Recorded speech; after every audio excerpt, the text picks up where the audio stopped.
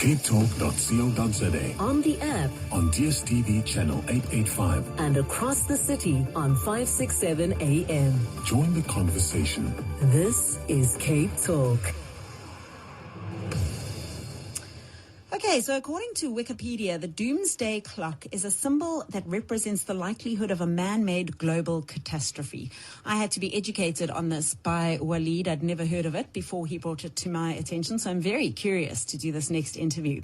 Maintained since 1947 by the members of the Bulletin of the Atomic Scientists, the clock is a metaphor for threats to humanity from unchecked scientific and technical advances. The clock represents the hypothetical global catastrophe as midnight, and the Bulletin's opinion on how close the world is to a catastrophe as a number of minutes or seconds to midnight assessed in January each year. For more on this, I'm delighted to welcome Mitch Ilbery from Mind of a Fox. Mitch, good morning. We haven't spoken this year yet, so Happy New Year to you. Morning, Amy, and to you as well, and to all of your listeners.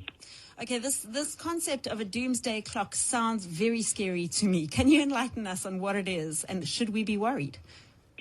Yes, I mean, it does sound very scary, and I suppose that's the exact point of why it was invented and why it was established. So it was originally the result of the Manhattan Project, which in the 1940s, that was charged with, discovering and inventing the atomic bomb. But scientists got a little bit worried about the potential of that, and so put together a kind of panel of experts that would advise on the potential of a nuclear catastrophe. And so eventually that carried on for a number of years, and then in the late 2000s, they decided that, hold on, nuclear war isn't our only man-made potential catastrophe on the cards. Let's rather include things like climate change and other disruptive technologies. And so it widened its scope a little bit further. And effectively, as you mentioned in the intro there, it's a metaphor for our distance to a potential doomsday. It's a form of science communication that basically asks one question: is humanity safer or at a greater risk compared to how we have been in the past? So how close are we to that cliff edge? Yeah, it's interesting that you mentioned the climate change because this obviously started as a sort of a nuclear concept. And yet when I told Rafilwe on the breakfast show this morning that we would be chatting about this and I was saying sort of what's going to lead to the eventual demise of humanity, and her first answer was heat, the heat, particularly after this weekend. Yes, no, I couldn't agree with you more. After enduring these last 2 days, I think anyone who had any doubts about climate change would be affirmed of the potential consequences of it. And climate change is one of those things. We get freak natural events that occur, freak weather events that occur that really scare us and give us these reminders of the potential of climate change. But climate change otherwise is more of a gradual threat. And because of that kind of gradual element, we tend to put it on the back burner and say, okay, we will get there, we will change our behavior. But all the time, it's kind of creeping up on us, and the rising global temperatures have all sorts of potential consequences. And so it is something that we need to put front and center in terms of our everyday lives, from a policy-making perspective, from the top politicians, but also in terms of our individual behaviors. Because as the Doomsday Clock reminds us, we are only 100 seconds away from a potential man-made catastrophe in climate change. Wow, that's very frightening. If you've just joined us, I am in conversation with Mitch Ilbery, a scenario strategist from Mind of a Fox, and we are discussing the Doomsday Clock. So we've discussed climate change. Mitch, what are some of the other risks we face at the moment? If we're only 100 seconds away, I would imagine there are several of them.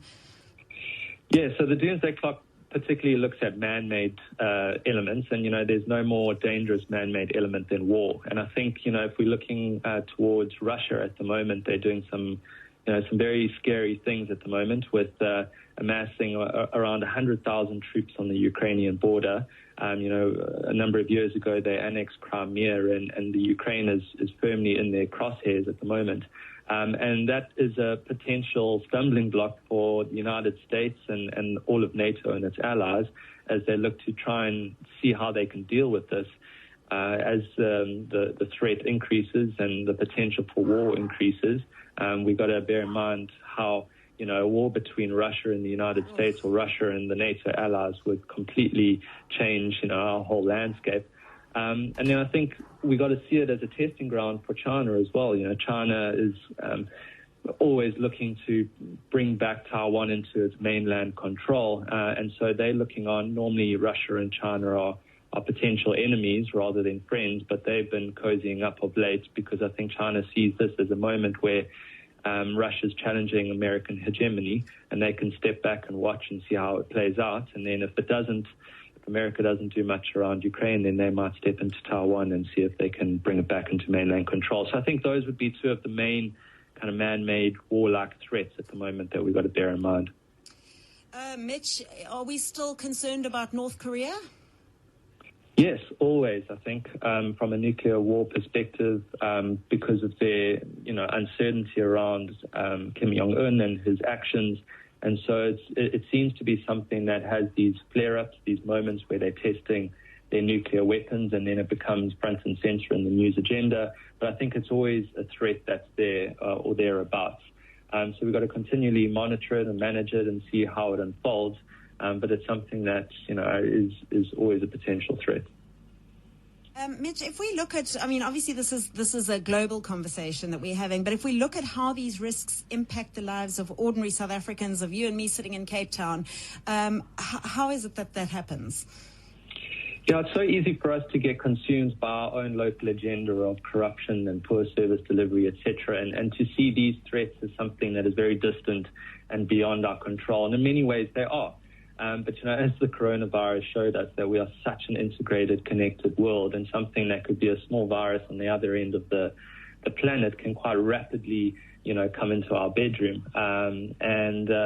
So I think we got to understand that the world is incredibly connected, and so things that are happening on the other side have the potential to impact our lives.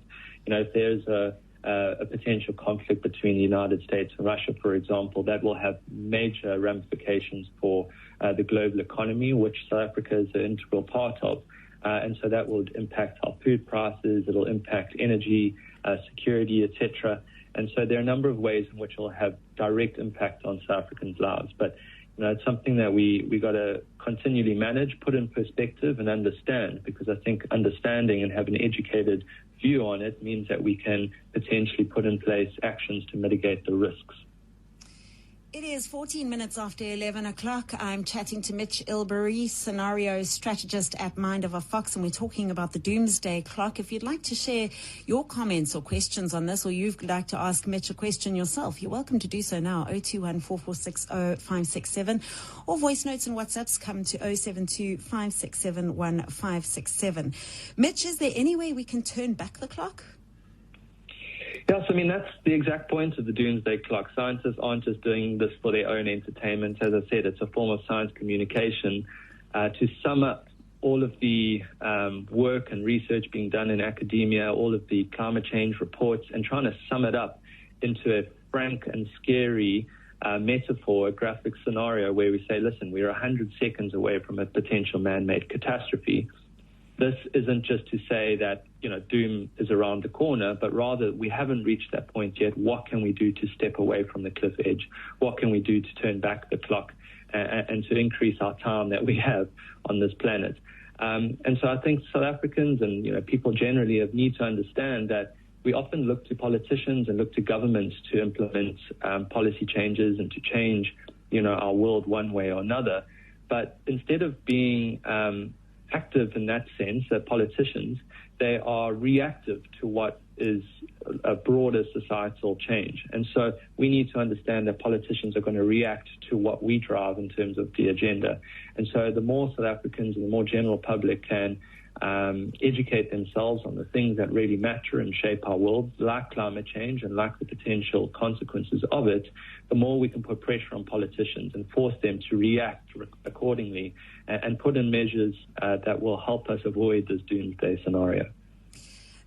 Mitch, just I think it's important to just clarify once again for our listeners, this is a metaphorical sort of clock. So when you say 100 seconds, it's not literally 100 seconds. What sort of time frame would it be? What time would it represent? So that's exactly right. So 100 seconds doesn't mean, months or years or decades. But to put in perspective, it's all about how relative it is to how far we have been in the past. So to put in perspective, the furthest away we've been from this doomsday at midnight scenario was 17 minutes away from midnight, and that was in the 1990s after the end of the Cold War. So we've always been somewhat close to midnight, but 100 seconds is now the closest we've ever been. And it's really symbolic. After 75 years of the Doomsday Clock, we're finally starting to count down in seconds rather than minutes. And so it's trying to understand its relativeness to the past, and understanding from that perspective that we increasing the risk of this doomsday scenario rather than putting in the right measures to move away from it. And I suppose that's the point from these scientists and this panel of experts, is that we need to be doing more to mitigate the risks rather than carry on with our current behavior, which is increasing the chance of heading towards midnight. Gee whiz, that really is scary. I didn't realize that, in fact, we are closer than we've ever been. Yes, exactly. So I think that's the symbolism of this latest move. They do it every year, and so we've got to keep an eye on what we do this year and whether next year we'll be 50 seconds away or maybe we get back to 2 or 3 minutes away from midnight. But when you say it's sort of a warning that we all need to realize what's going on and do something about it, on a practical level, what can little Amy in Cape Town do to make a difference? So, I suppose at a very kind of granular level, we can see what impact we have on the environment. I think consumerism is something that invades all of our lives, such that we think that aspirationally to improve our lives, we need to buy more, we need to have more money, we need to consume more. And that has a dramatic impact if you look at a global scale on the environment. And so I think each one of us has a responsibility to understand what we do in terms of our small actions, of whether it be recycling or, how often we go on trips and fly in aircrafts or drive our cars, or how energy efficient we are. Those are small ways in which we can reduce the potential impact on climate change. Other than that, it's being involved in your community and making sure that you're getting in touch with all of your local governments to try and forward the issues to try and have a slightly bigger societal impact in terms of climate change and being more energy and water efficient. I think those are some of the small ways in which, people like you and me can impact that, outside of obviously just having the conversation and discussing it, such that each and every individual is just more aware of the potential risks and threats at a global level. If you're at home or in your car at the moment are listening to this conversation and you're finding it intriguing and you've got a thought or a comment you'd like to share or a question for scenario strategist Mitch Ilbery, you're welcome to send that to us now. You can give us a call on 021-446-0567 or send a WhatsApp to 072-567-1567. Mitch, Neil wants to know, with regards to North Korea nuclear threat, you said we should continue to monitor and manage it. How? How do we manage it? So it's not something that either Neil or myself or you could manage, but it's something that, the United States in particular, as a kind of global leader in that regard, has always got to keep on their radar. And I suppose we've got to see and monitor how the U.S. and its allies engage with North Korea. Traditionally there's been huge amounts of sanctions placed on North Korea to try and pressure them into not being able to launch any missiles. But as you see the negotiations heating up, and we've seen that many times as North Korea test the mettle of the U.S. in terms of their launching test missiles, we got to manage and see how the different countries respond. If they put greater pressure, it might push North Korea into a corner such that they do something a little bit more radical. So I think monitoring those negotiations and monitoring how the United States and its allies interact with North Korea is the flag that a scenario planner or a strategist might watch in order to see the potential for a nuclear attack from North Korea. Obviously, war is a concern for a lot of people, and staying with that theme, Martin's got a question for you, Mitch. He says, do you think that NATO and the US will send troops to back up Ukraine if Putin does attack? I do. And recently, Joe Biden and a number of his advisors were at Camp David, and they were discussing exactly that. What are they going to do about it? And one of the options on the table is to send up to 5,000 troops onto the border to try and bolster up the defense of NATO. including some warships and some aircraft. And so that's very much on the table at the moment.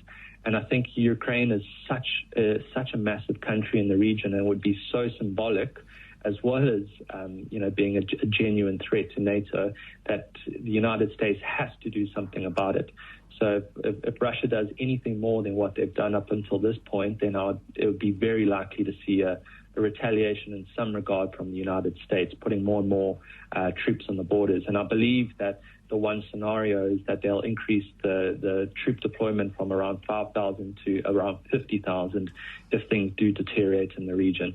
And so it's a critically important domino block, the Ukraine, in terms of the region and NATO's attempts to fight back the Russian influence. So I definitely would anticipate a reaction from the United States. Oy, scary stuff. Okay, Mitch, we've got a caller, Mike in Steenberg, who wants to talk about the Third World War. Mike, good morning. Yeah, morning. Somebody a lot wiser and more knowledgeable than me explained to me what's actually happening globally at the moment. And that is that World War III has actually started already. World War III is not about flattening towns and panzers rolling across the countryside and armies and all the rest of it. It's about destroying the society from within, using social media to break down the natural order and to break people's values. You can see that happening in the Western society at the moment. Everything is just being destroyed. Our values are all going. We've become a kind of a sort of downgraded, badly educated mess. And what's going on with Russia at the moment, that's a skirmish. There'll be lots more skirmishes, but that's not World War III. World War III is the destruction of the Western society from within, and then they just have easy picking. Mike, that's scary stuff. This conversation is really depressing. I think I might like to just be an ostrich and put my head in the sand and ignore it all. Mitch, what are your thoughts on what Mike's saying about social media? Yeah, I mean, he raises a very good point. And I think if we're thinking of the potential consequences of man-made conflicts, we are using an older legacy-style approach to seeing risks, and to think of a potential world war as our only major risk in the traditional sense would be foolhardy. We need to see how we can have other risks, such as he highlighted around the degradation of the level of discussions we have, for example, created through social media. We saw it with the COVID-19 pandemic.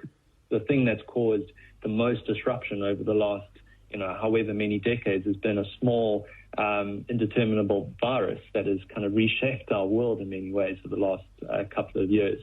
And so we need to see through different lenses the different risks that humanity face. Social media is one, in terms of the level of conversations we've had and the risk of misinformation and disinformation, biological warfare, cyber warfare. These are all ways in which countries, nations, individuals, politicians are competing against one another, and how societies are interacting with each other. And so we need to look at different perspectives to understand the risks that we face. Thanks, Mitch, and thanks, Mike, for your call. Colin says on the WhatsApp line that lab-leaked viruses should also be considered high risk in this doomsday scenario. Mitch? Yes, I mean, as to my previous points, one of the biggest disruptions we've ever faced has been a small virus that has just completely, reshaped our world and how we perceive and engage with our governments. It's fundamentally changed the role and reach of government. I mean, they did unparalleled steps during the course of the pandemic where we weren't allowed to meet and interact with family members and friends and colleagues. And so the potential for nations and individuals and those with nefarious ideas to see the potential consequences of biological warfare were played out over the last 2 years. And so I would be very surprised not to think that these kinds of discussions are being had as to the potential threats of biological warfare from an attacking perspective, but also from a defensive perspective.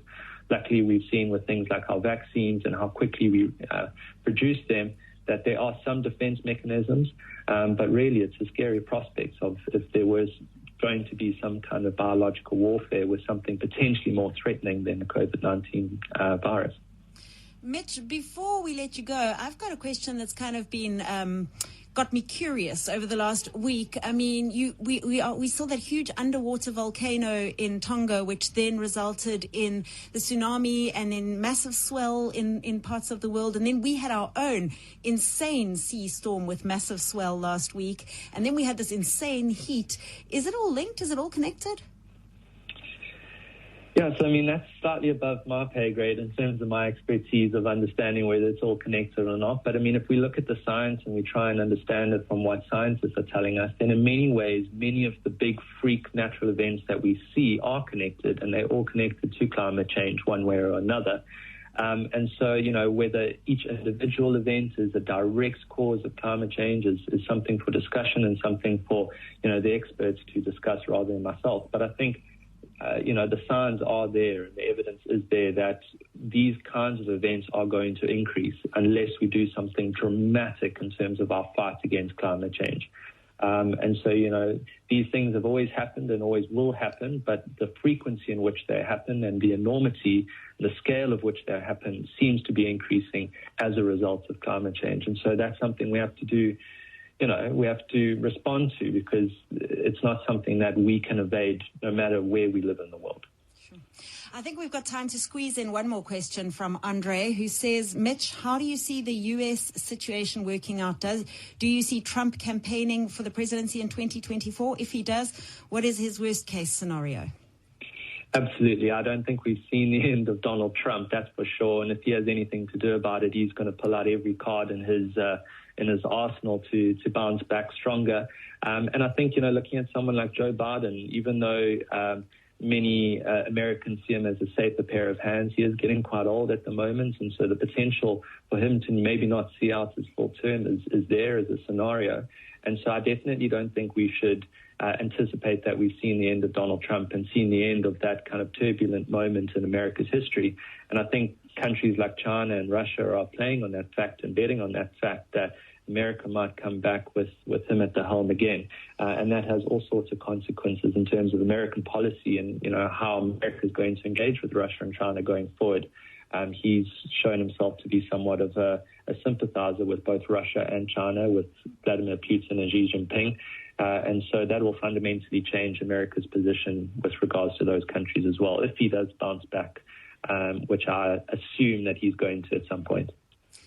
Mitch Ilbery, as always, thank you for your time and sharing your wealth of knowledge with us this morning. Scenario strategist at Mind of a Fox.